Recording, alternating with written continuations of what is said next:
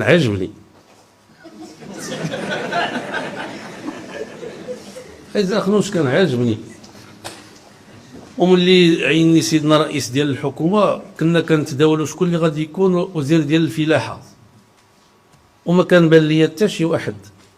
كانت عندي مقترحات من الاحزاب اللي كانت معايا في الاغلبيه. كان معايا الحركه الشعبيه، وكان معايا الاستقلال، وكان معايا التقدم والاشتراكيه. واحد النهار كنهضر مع سيدنا وجبت لي عزيز اخنوش، قلت له نعم سيدي راه انا بغيت وراه هو اللي ما بغاش.